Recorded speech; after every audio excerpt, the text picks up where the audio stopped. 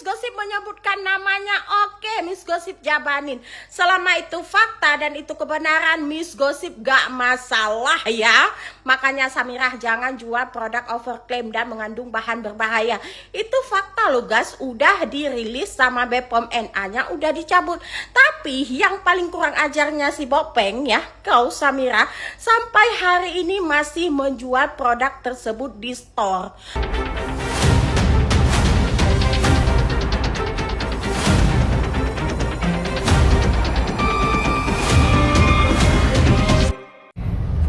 Nah itu netizen, kalian lihat VT aku sebelumnya, sengaja saya masukkan ke dalam VT ini biar kalian masyarakat melek ya.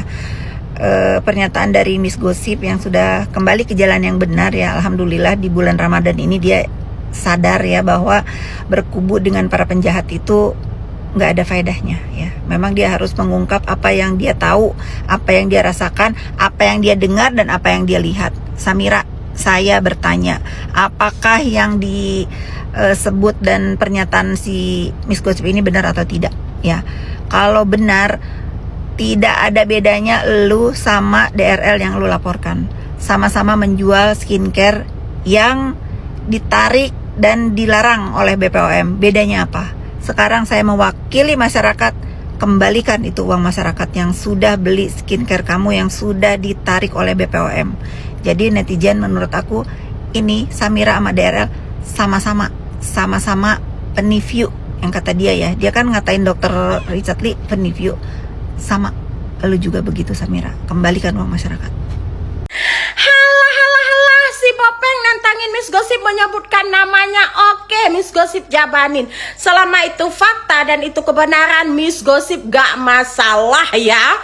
Makanya Samirah jangan jual produk overclaim dan mengandung bahan berbahaya.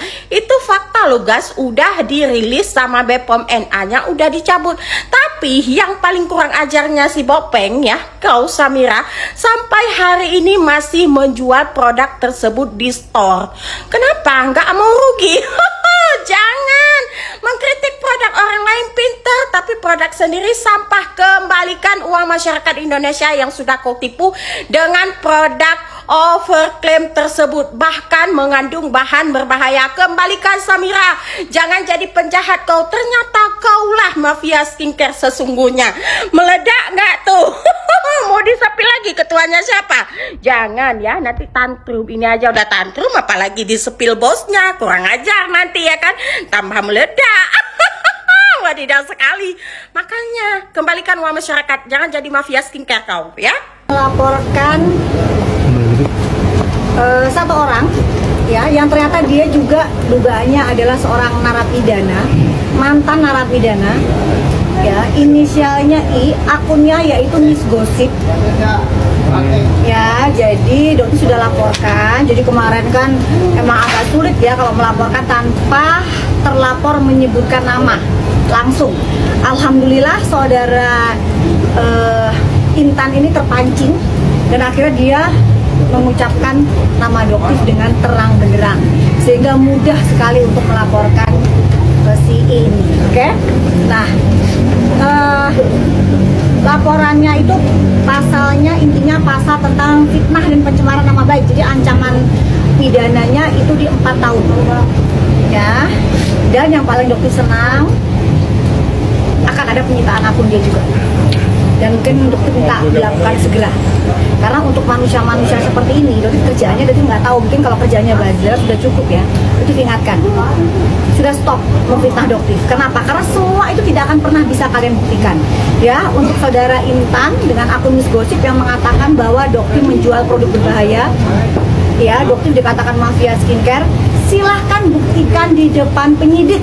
Doktif sudah melaporkan ya, jadi Doktif sudah kasih kamu panggung Intan ya dengan akun kamu Miss Gosip. Jadi jangan salahkan jika nanti akun kamu disita, karena Doktif yakin 1000% tidak akan pernah bisa kamu buktikan.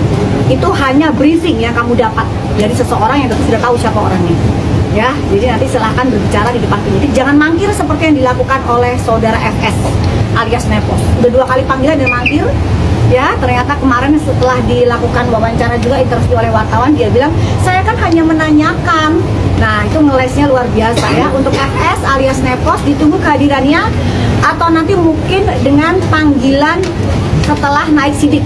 Nanti akan ada banyak kejadian juga. Oh, satu hal lagi, dokter dengar ada usaha atau ada percobaan yang dilakukan oleh tersangka DRL untuk memberikan sejumlah uang, ya, kepada Bapak Listio Sigit Prabowo atau kepada Pak Kapolda, ya. Yang jelas mereka tidak akan mau menerima itu, ya. Pak Kapolda, Pak Asep, Pak Listio Sigit Prabowo ini orang yang sangat merah putih. Mereka tidak akan menerima uang kamu untuk apa? Untuk menangguhkan penahanan, ya. Jadi Dokter harap Polda Metro Jaya tetap tegak lurus, merah putih, orang ini tetap dilakukan penahanan, ya. Tidak ada penangguhan penahanan atau menjadi tahanan kota. Karena yang Dokter dengar, dugaannya dia sudah mulai akan menggelontorkan sejumlah uang agar bisa berubah menjadi tahanan kota. Dokter sudah sebutkan sekarang, sudah spill dari sekarang, ya. Jadi jika memang nanti sesuatu hari nanti, ya, mungkin setelah Lebaran akan ada penahanan kota, ya, jadi hati-hati. Diduga akan ada aliran dana yang mengalir ke beberapa orang. Dan saat ini Dokter yakin 1000% Pak Listio Sigit Prabowo dan Pak Asep Pak Kapolda tegak lurus. Dia tidak akan dilepas menjadi tahanan kota melihat perbuatan yang dia lakukan selama ini. Mangkir, tidak kooperatif, tidak layak untuk mendapatkan tahanan kota. Kemungkinan DRL lebaran di penjara. Dia mungkin tidak pernah merayakan Lebaran, kan dia nggak puasa. Jadi ya ini merayakan Natal karena kan dia Katolik. Dok, banyak juga berita yang mengatakan kalau misalnya DRL mendapatkan perlakuan istimewa di di Polda gitu. Ya betul. Jadi kemarin sempat mendengar seperti itu, tapi setelah Dokter laporkan ternyata memang akhirnya setelah diselidiki melalui CCTV, memang ada dugaan seperti itu. Jadi dibesuk di luar jam besuk. Ya, tapi ternyata setelah diselidiki, dicek oleh Propam, tidak terjadi hal seperti itu lagi. Jadi seperti minggu kemarin, Jumat Sabtu Minggu, tidak ada yang menjenguk saudara tersangka DRL. Jadi sudah ketat sekali, sangat ketat. Jadi apresiasi terhadap Dirtahti Polda Metro Jaya, terima kasih, Dokter ucapkan terima kasih yang luar biasa, bisa menerapkan standar yang sama terhadap tersangka DRL maupun tahanan-tahanan lainnya. Dok, Ya. menghadapi laporan DRL yang sudah naik sidik bagaimana dok mungkin dok? Senang banget. Laporan DRL naik sidik, alhamdulillah senang banget karena kan kita ketahui dia kan begitu jumawanya pada saat akun Dokter disita. Dia masuk ke akunnya Dokter pada saat live sambil meledek bilang, sekarang sepi kan penontonnya, susah kan cari uang. Nah itu luar biasa dan ternyata sekarang dia pun akunnya akan disita, YouTube-nya akan disita, dan akan sangat memberikan tekanan yang luar biasa dan dia ada di dalam. Dan ini benar-benar hadiah Allah yang luar biasa. Miss Gosip diduga dilaporkan oleh dokter detektif. Miss Gosip lu ngapain sih ya? Tiba-tiba banget kemarin syariah, tiba-tiba sekarang kumat lagi. Gak tahu kok kenapa. Perasaan kemarin anteng-anteng aja, tenang-tenang, enak, tentrem. Sekarang gak tahu kategori kumat kayaknya. Ya, aduh, kayak mana ya Miss Gosip ya? Ya kalian paham-paham aja lah. Nah ini Samira ya, ini akun ini aku akan dedikasikan untuk masyarakat, untuk membela masyarakat. Nah saya bertanya, apa yang dikatakan Miss Gosip itu benar nggak? Benar nggak? Kalau benar kan berarti itu sama aja sama DRL. Sama aja dengan DRL menjual produk yang sudah nggak boleh, ditarik BPOM tapi lu masih jual. Nah mana data-data penjualan lu? Balikin uang masyarakat, balikin. Sama aja kan lu masih DRL, sama aja kan. Jadi netizen menurut aku ya, menurut aku yang lebih parah ini si Samira ya. Kalau DRL oke lah, dia memang diduga menjual produk yang memang entah apalah itu. Aku tidak membela si Bopeng ya, aku membela polisi. Kalau polisi sudah menetapkan dia sebagai tersangka, ya itu berarti udah ditemukan barang buktinya. Nah pasalnya si Samira juga sama katanya, Coba kalian lapor lah itu Samira. Kalau aku males nggak ada waktu, kalian aja lah ya, para pengusaha skincare yang diubrak-abrik nih sama si Samira ya. Kalian lapor, samanya aja itu. Produk tersebut masih dijual oleh dokter detektif. Siapa kemarin yang bilang, kalau si Miss Gosong ini, kalau si Miss Gajah duduk ini yang beratnya 100 kilo ini berubah? Siapa yang bilang? Berubah apanya? Berubah kalau ada keuntungannya, ya kan? Dia itu lagi menyerang si dokter detektif karena dokter itu menyerang klinik tempat dia OP. Jadi klinik ini tuh sengaja apa namanya itu OP dia, ya kan? Entah kah endorse atau apa atau potong harga kan kita nggak tahu, ya kan? Kalau kita lihat dari keuangannya si Gosip, mana ada dia uang untuk OP, ya kan? Walaupun banting harga. Jadi klinik ini tuh sengaja nih ngambil dia. Ya karena mulutnya dia itu yang bodoh, ya nggak sesuai mulut sama isi otak. Karena kenapa aku bisa bilang begitu? Karena setiap dia bikin video dia tuh baca teks, guys.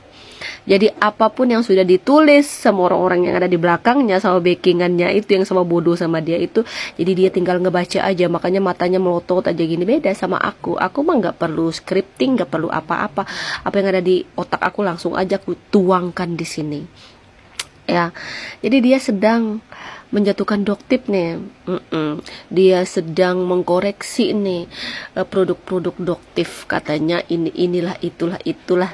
Siapapun kalian yang sudah pernah memakai produknya si Doktip, ayo coba dipersediakan komen di sini apa iya.